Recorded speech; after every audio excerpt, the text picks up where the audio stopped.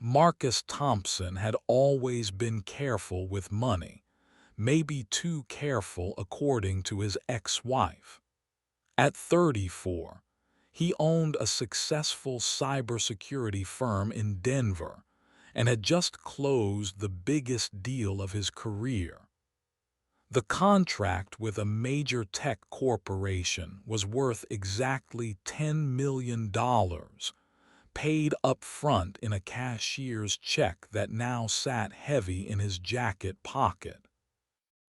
He stared at the piece of paper that represented years of 18-hour workdays, countless rejected pitches, and the slow rebuild of his life after his divorce. His mother, Patricia, had called that morning, her voice strained with what Marcus recognized as her signature blend of desperation and manipulation. She needed to see him urgently, she claimed, something about finally wanting to make amends for years of choosing his stepfather Derek over her own son.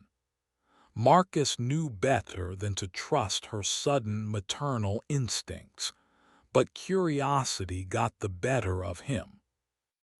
Patricia had a way of weaving herself back into his life just when things were going well, like a vulture circling success. The drive to his childhood home in suburban Colorado felt longer than usual. The house looked exactly the same as it had 15 years ago when he'd left for college, never really intending to come back. Patricia greeted him at the door with tears in her eyes and arms outstretched, but Marcus kept his distance. He'd learned that lesson too many times before. She led him into the living room where Derek sat in his usual recliner, barely acknowledging Marcus's presence with a grunt and a dismissive wave. Patricia launched into her rehearsed speech about regret and family bonds, but Marcus could see through her performance. Her eyes kept darting to his jacket pocket, where the check created a slight bulge. Somehow, she already knew about his success. Marcus wasn't surprised. Patricia had always had an uncanny ability to sniff out money like a bloodhound. She'd probably heard through the grapevine about his big contract, maybe from his cousin Jennifer who worked at the bank. As Patricia continued her theatrical display of remorse, Marcus found himself thinking about all the times she'd chosen Derek's comfort over her son's well-being. The way she'd sided with Derek when he'd forbidden Marcus from using the computer for school projects because it interfered with his sports watching. How she'd allowed Derek to throw away Marcus's college acceptance letters, claiming they were just junk mail. The years of gaslighting, manipulation, and emotional neglect that had shaped Marcus into the guarded, self-reliant man he'd become. Derek finally spoke up, his voice gravelly from decades of cigarettes. He mentioned hearing about Marcus's recent business success, how proud they both were, how they'd always believed in him. The lies rolled off his tongue so smoothly that Marcus almost admired the craftsmanship. Patricia nodded eagerly, adding that they wanted to celebrate their successful son, maybe even help him invest his earnings wisely. They were family after all, and family should stick together through thick and thin. Marcus felt the familiar knot forming in his stomach, the same sensation he'd experienced countless times growing up in this house. But this time was different. This time, he had something they wanted, and he was about to discover just how far they'd go to get it. The conversation took a predictable turn when Patricia mentioned their financial struggles. Derek's gambling debts had piled up again, she explained with practiced shame, and they were facing foreclosure on the house.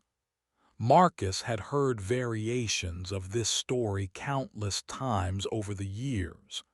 There was always some crisis, always some emergency that required his immediate financial intervention. The amount varied, but the desperation remained constant. This time, however, Patricia's eyes held a different kind of hunger. She spoke about the old safe in the basement, the one his grandfather had installed decades ago. Patricia suggested Marcus might want to store his important documents there, just temporarily, while he figured out his next moves. The safe was fireproof, burglar-proof, and completely secure, she assured him. Derek chimed in with unusual enthusiasm, mentioning how they'd always kept their most valuable possessions there, how it had protected the family's treasures for generations. Marcus recognized the setup immediately. They weren't just asking for money this time. They were positioning themselves to take it. The transparent nature of their scheme almost insulted his intelligence. Did they really think he'd fall for such an obvious trap? Yet something about their desperation intrigued him. Patricia and Derek were planning something bigger than their usual guilt trip money grab, and Marcus found himself curious about just how far they intended to go. He played along, expressing concern about keeping such a large amount in his apartment safe. The check represented everything he'd worked for, he explained, and maybe storing it in their basement safe wasn't such a bad idea. Patricia's eyes lit up with barely contained excitement, while Derek tried to maintain his facade of disinterested support. They were practically salivating at the prospect of having $10 million sitting unguarded in their basement. Marcus pulled out the cashier's check, watching their faces as they absorbed the reality of the amount. $10 million was more money than they'd ever seen in their combined lifetimes. Patricia's hands actually trembled as she looked at the check, while Derek leaned forward in his chair for the first time all evening. The transformation in their demeanor was immediate and complete. Suddenly, Marcus wasn't just their disappointing son. He was their golden ticket to financial freedom. The rest of the evening proceeded exactly as Marcus had expected. Patricia fussed over him like never before, preparing his favorite childhood dinner and sharing carefully selected memories from his youth. Derek became uncharacteristically talkative, sharing stories about Marcus's grandfather and the family's proud history. They painted a picture of loving parents who had always supported their sons' dreams, conveniently forgetting years of neglect and emotional abuse.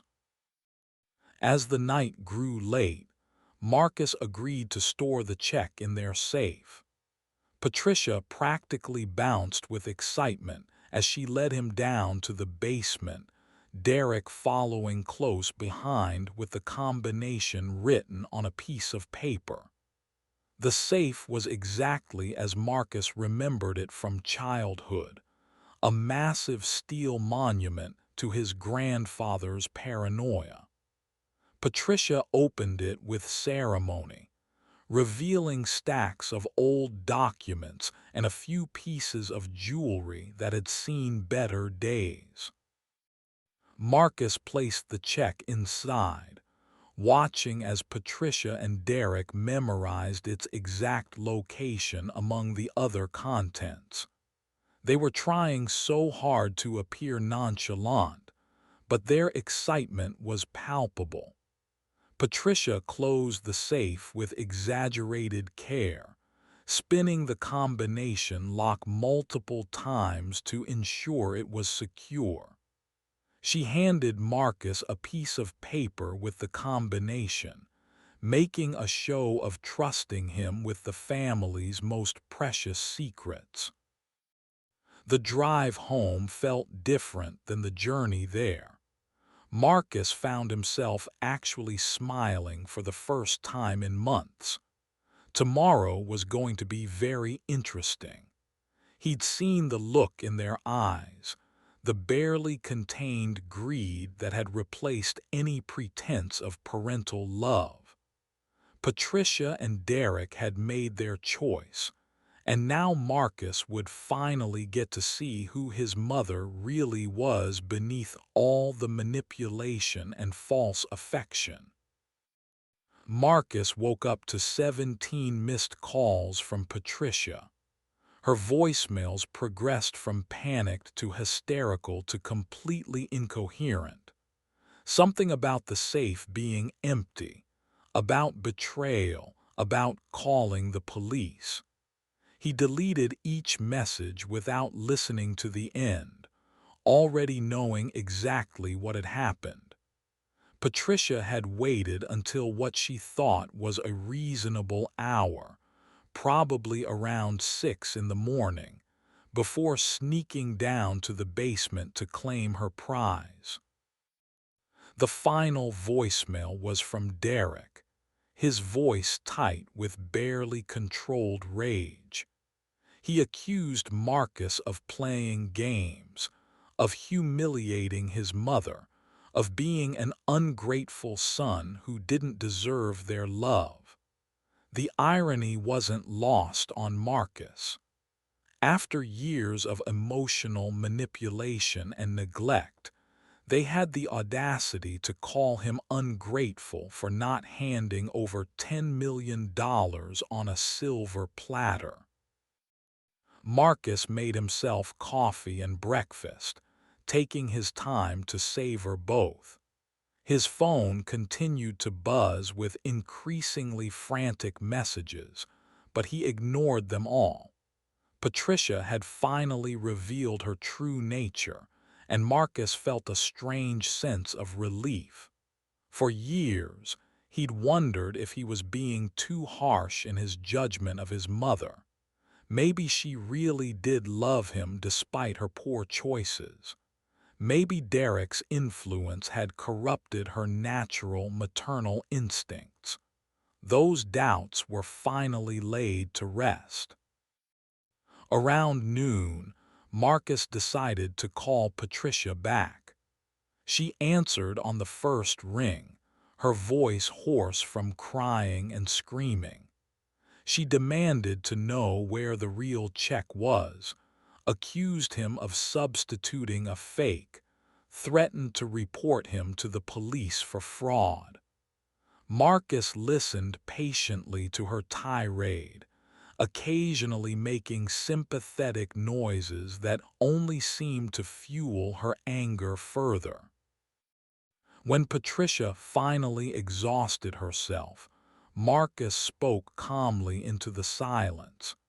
He asked if she'd looked closely at what she'd actually stolen from the safe.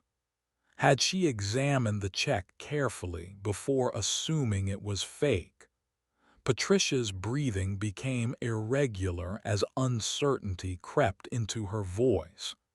She'd been so focused on the amount that she hadn't bothered to read the fine print, hadn't noticed the subtle details that made the check unique. Marcus explained that the check was absolutely real, worth exactly $10 million as promised. Patricia's voice brightened with relief and renewed greed until Marcus continued speaking. The check was made out to Thompson Cybersecurity Solutions, his company, but it came with very specific conditions. Corporate policies required all large transactions to be processed through verified business accounts with extensive documentation and waiting periods. More importantly, Marcus continued, the check had been reported stolen the moment Patricia took it from the safe. His security system had cameras installed throughout the house during his visit, tiny devices he'd placed while they were busy preparing their elaborate performance. Every moment of their theft had been recorded in high definition, from Patricia's middle-of-the-night basement excursion to Derek serving as lookout upstairs. The silence on the other end of the line stretched for nearly a minute. Marcus could practically hear Patricia's mind working, trying to find an angle, some way to twist the situation back to her advantage. When she finally spoke, her voice had returned to the familiar manipulative tone he remembered from childhood. She claimed this was all a misunderstanding, that she'd only been trying to protect the check from potential burglars, that family should trust each other implicitly. Marcus laughed, a sound that seemed to physically pain Patricia through the phone. He told her about the additional security measures he'd implemented, the tracking devices embedded in the check itself, the automatic alerts that had been triggered the moment it left the safe. Patricia and Derek weren't just thieves. They were incredibly stupid thieves who had walked into a trap so obvious that Marcus was almost embarrassed for them. But the real revelation was yet to come, and Marcus saved it for last. The check, while absolutely genuine, had been placed in the safe alongside a carefully prepared packet of documents. Hidden beneath the cashier's check were copies of every email, text message, and recorded conversation Patricia and Derek had shared over the past month. Marcus's cousin Jennifer at the bank had been more helpful than they'd realized, providing detailed records of their inquiries about his account and their clumsy attempts to gather information about his business dealings. Patricia's plan had been months in the making, involving Derek's gambling buddies and a scheme to disappear with the money before Marcus realized what had happened. They'd researched his travel schedule, identified the perfect window for their theft, and even prepared fake documentation to claim the check had been stolen from them. The level of premeditation was actually impressive in its thoroughness, if not its intelligence.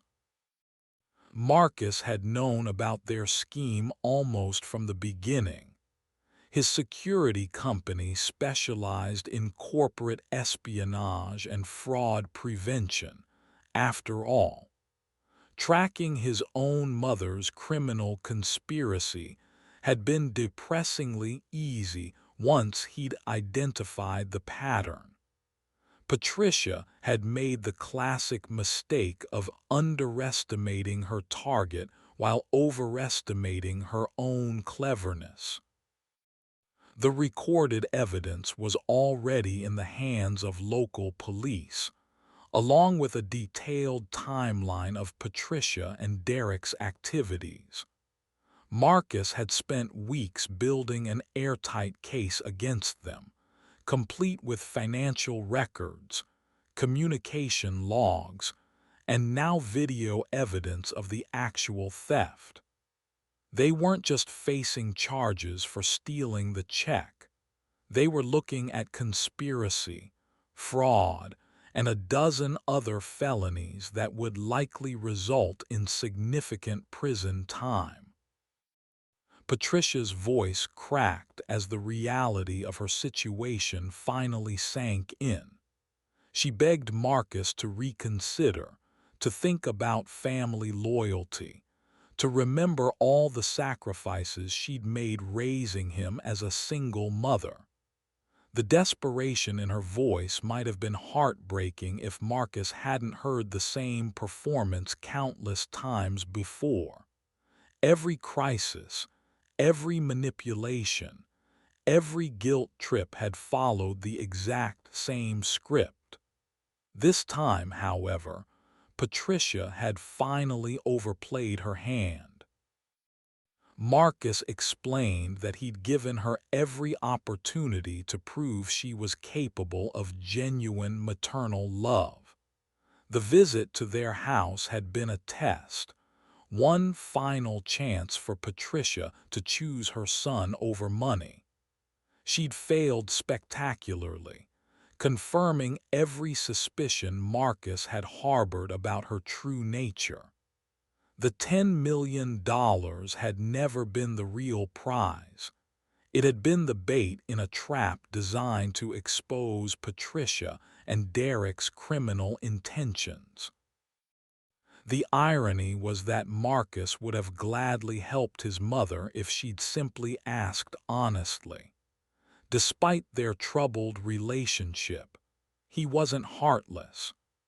A few $1,000s to help with their mortgage, some assistance finding Derek legitimate employment, even a modest monthly allowance to ensure their basic needs were met. All of these would have been possible if Patricia had approached him with genuine remorse and realistic expectations. Instead, she'd chosen to steal from her own son, to betray the last remaining thread of trust between them. Marcus felt a strange sense of closure as he listened to Patricia's increasingly frantic attempts to negotiate her way out of the consequences. For the first time in his adult life, he held all the power in their relationship, and Patricia was finally experiencing the helplessness she'd inflicted on him throughout his childhood. Derek grabbed the phone at some point during the conversation, his voice slurred with alcohol and rage. He threatened Marcus with physical violence, promised to make him pay for humiliating Patricia, and generally behaved exactly as Marcus had expected. Derek had always been a bully, someone who used intimidation and emotional abuse to maintain control over those weaker than himself. Now that his victims had grown stronger than him, Derek's true cowardice was finally visible.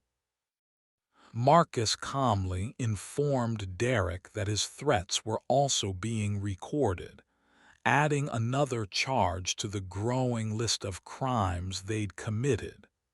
Every word, every admission of guilt, every detail of their scheme was being documented for the police report.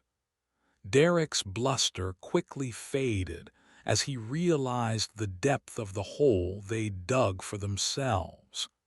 Hanging up the phone wouldn't make the evidence disappear or the charges go away. The conversation ended with Patricia sobbing hysterically in the background, while Derek shouted increasingly incoherent threats and accusations. Marcus hung up feeling lighter than he had in years. The weight of wondering whether his mother truly loved him had finally been lifted.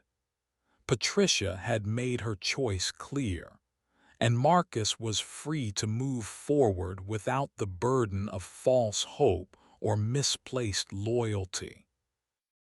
Within hours, Patricia began her campaign of reaching out to extended family members, spinning a carefully crafted story about Marcus's cruelty and ingratitude.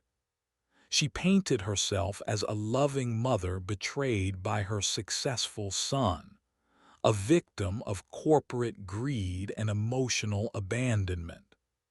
Several relatives called Marcus directly, some angry, others confused, all of them having heard Patricia's version of events first.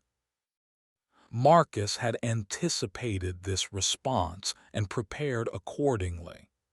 He documented not just Patricia's recent crimes, but years of her manipulative behavior patterns. Bank records showed the money she'd borrowed and never repaid. Recorded conversations revealed her true opinions about family members when she thought no one was listening, and a detailed timeline demonstrated the calculated nature of her latest scheme. One by one, Marcus shared the evidence with relatives who contacted him. The reaction was always the same: initial disbelief, followed by anger, and finally a kind of sad recognition as patterns they'd ignored for years suddenly became clear. Patricia had been manipulating the entire family for decades, playing relatives against each other while positioning herself as the perpetual victim who deserved everyone's support and sympathy. Marcus's Aunt Rebecca was the first to apologize after seeing the evidence. She'd been one of Patricia's most vocal defenders over the years, always making excuses for her sister's behavior and encouraging family members to be more understanding. The recorded conversations where Patricia mocked Rebecca's financial struggles and called her children failures were particularly devastating. Rebecca realized she'd been defending someone who had nothing but contempt for her family. His cousin Jennifer, who worked at the bank, provided additional context that Marcus hadn't previously known. Patricia had been attempting to access Marcus's accounts for years, using various pretexts and forged documents. Jennifer had always declined these requests and assumed they were misunderstandings, but now realized they'd been part of a long-term pattern of attempted financial fraud. Patricia had been planning to steal from her son for much longer than Marcus had suspected. The evidence painted a picture of someone who viewed relationships purely as opportunities for exploitation. Patricia kept detailed notes about family members' financial situations, tracked their successes and failures, and calculated exactly how much she could extract from each person without completely destroying the relationship. Marcus wasn't her only victim. He was simply her most successful target, which made him her primary focus. Derek's role in the scheme became clearer as more evidence emerged. He hadn't just been Patricia's accomplice. He'd been the mastermind behind several of her more sophisticated manipulation tactics. His gambling debts provided motivation, but his criminal connections provided the expertise needed to plan the theft. Derek had been coaching Patricia on how to manipulate Marcus for years, turning her natural maternal instincts into weapons designed to extract maximum financial benefit. The family gathering that Patricia had demanded, claiming she wanted to make amends, had been carefully orchestrated. Derek had researched Marcus's recent business success and identified the $10 million contract as the perfect opportunity. They'd planned every detail of the evening, from Patricia's emotional performance to the strategic placement of the safe discussion. Even Marcus's favorite childhood dinner had been calculated to trigger nostalgic emotions that would make him more susceptible to their manipulation. Marcus felt a mixture of sadness and relief as he realized the extent of their deception. Every fond memory he'd retained about his mother was now suspect, every moment of apparent affection revealed as potential manipulation. The mother he'd grieved for, the relationship he'd hoped to repair, had never actually existed. Patricia had been performing the role of loving mother whenever it served her purposes, but her true feelings about Marcus were captured in the recorded conversations where she called him selfish, ungrateful, and emotionally cold. The legal process moved faster than Marcus had expected. Patricia and Derek's scheme had been so poorly executed that prosecutors had little difficulty building their case. The video evidence of the theft, combined with months of documented planning, created an overwhelming case for multiple felony charges. Derek's criminal history and Patricia's pattern of financial fraud made plea bargaining difficult, and both were facing significant prison sentences. Patricia made one final attempt to manipulate Marcus during a supervised phone call from jail. She claimed Derek had forced her into the scheme, that she'd been afraid to refuse him, that deep down she'd always loved Marcus despite her poor choices. The performance was masterful, hitting every emotional note that had worked on Marcus throughout his childhood. She spoke about her regrets, her desire to be a better mother, her hope that they could rebuild their relationship once this misunderstanding was resolved. Marcus listened patiently to the entire monologue, occasionally making sympathetic sounds that encouraged Patricia to continue. When she finally finished, he calmly pointed out that her story contradicted the recorded evidence where she'd enthusiastically planned the theft and mocked Marcus's intelligence. Every word she'd just spoken was another manipulation attempt, another lie designed to exploit his emotions for her benefit. The silence that followed was longer than any in their previous conversations. Patricia seemed to realize that her usual tactics were no longer effective, that Marcus had finally seen through the performance she'd been giving his entire life. When she spoke again, her voice was different, flat, emotionless, and completely devoid of the maternal warmth she'd been projecting. She called Marcus cold and heartless, accused him of destroying his own family for money, and promised that he'd regret his choices someday. This version of Patricia was more honest than anything Marcus had heard from her in years. The mask had finally slipped completely, revealing the calculating person underneath who viewed her own son as nothing more than a source of income. Marcus felt strangely grateful for this moment of truth, even if it confirmed his worst fears about their relationship. At least now, he knew exactly where he stood with his mother.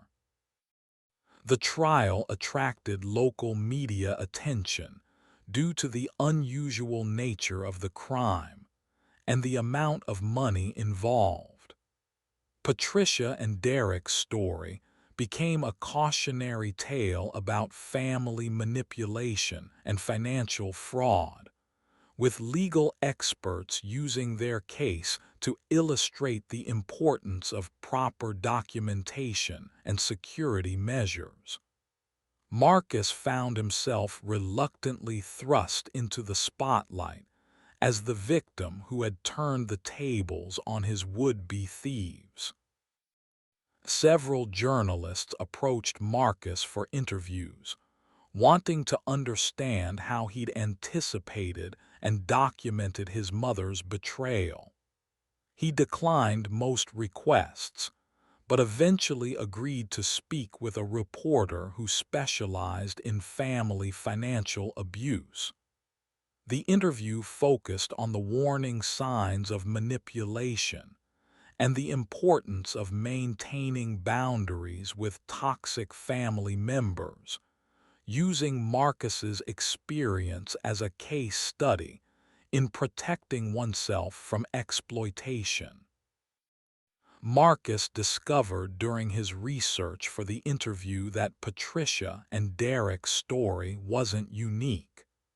Family financial abuse was far more common than most people realized, with adult children frequently targeted by parents who viewed their success as a personal opportunity.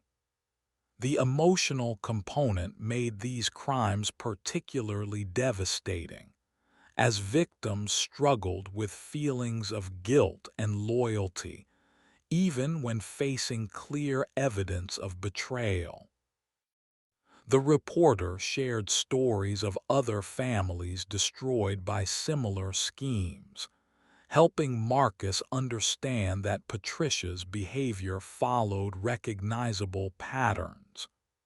The initial emotional manipulation, the artificial crisis requiring immediate financial intervention, the escalation to theft when voluntary giving proved insufficient. All of these were standard tactics used by family financial predators. Marcus hadn't been uniquely victimized. He'd simply been successful enough to become a worthwhile target. This broader context helped Marcus process his experience without taking it personally. Patricia's betrayal wasn't a reflection of his worth as a son or a human being. It was the predictable behavior of someone who had chosen to view relationships as opportunities for exploitation. Understanding this pattern didn't make the emotional impact less painful, but it did make the situation feel less like a personal failure and more like an unfortunate reality he'd had to navigate. The sentencing hearing provided Marcus with a sense of closure he hadn't expected. Patricia and Derek each received significant prison terms, with additional restitution requirements and restrictions on their financial activities upon release. The judge specifically noted the premeditated nature of their scheme and the betrayal of family trust as aggravating factors that warranted enhanced penalties. Patricia made one final statement to the court, maintaining her innocence and claiming she'd been trying to protect Marcus's money from potential thieves. The performance was polished but unconvincing, particularly given the extensive evidence of her planning and participation in the scheme. Even her own defense attorney seemed embarrassed by the obvious falsehoods in her statement. Derek's statement was shorter and more honest, acknowledging his role in planning the theft while claiming financial desperation as his motivation. His admission of guilt was too little and too late to significantly impact his sentence, but at least demonstrated some awareness of the harm he'd caused. Marcus appreciated this small gesture of accountability, even if it couldn't repair the damage done to their family. In the months following the trial, Marcus found himself rebuilding relationships with family members who had been manipulated by Patricia over the years.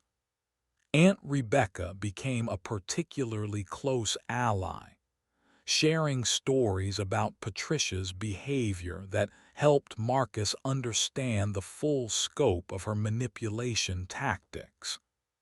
Many relatives expressed guilt about not recognizing the signs earlier or speaking up when they witnessed Patricia's treatment of Marcus. Marcus's business continued to thrive, with the $10 million contract leading to additional opportunities and expanded operations. He used some of his success to establish a foundation focused on helping victims of family financial abuse, providing legal support and counseling services to people who had experienced similar betrayals. The foundation became his way of transforming a painful personal experience into something that could help others facing similar situations. The safe in Patricia's basement became something of a family legend, with relatives joking about the elaborate scheme that had backfired so spectacularly. Marcus eventually bought the house when it went into foreclosure, converting the basement into a home office where he could work on foundation projects. The safe itself became a reminder of the importance of protecting oneself from those who would exploit trust and family bonds for personal gain. Looking back on the experience, Marcus realized that Patricia's betrayal had actually been a gift in disguise. For years, he'd carried the burden of wondering whether he was being too harsh in his judgment of his mother, whether his success obligated him to support her financially despite their troubled relationship.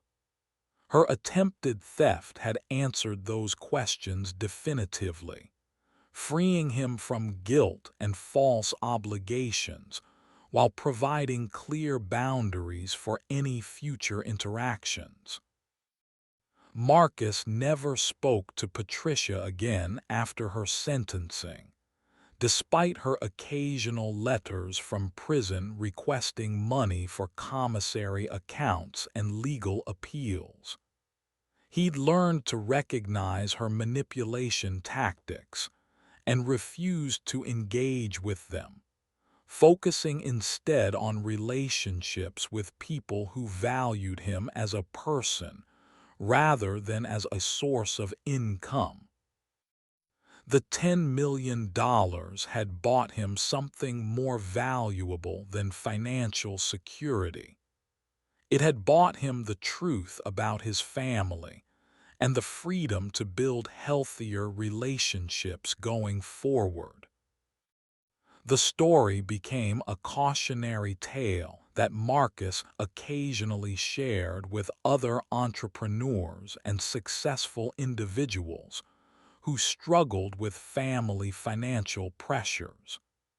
His experience demonstrated the importance of setting clear boundaries, documenting suspicious behavior, and refusing to let guilt override common sense when dealing with potentially exploitative relatives. The $10 million had been well spent, even though Marcus never actually lost a penny of it. The truth it revealed about his family was worth far more than any amount of money.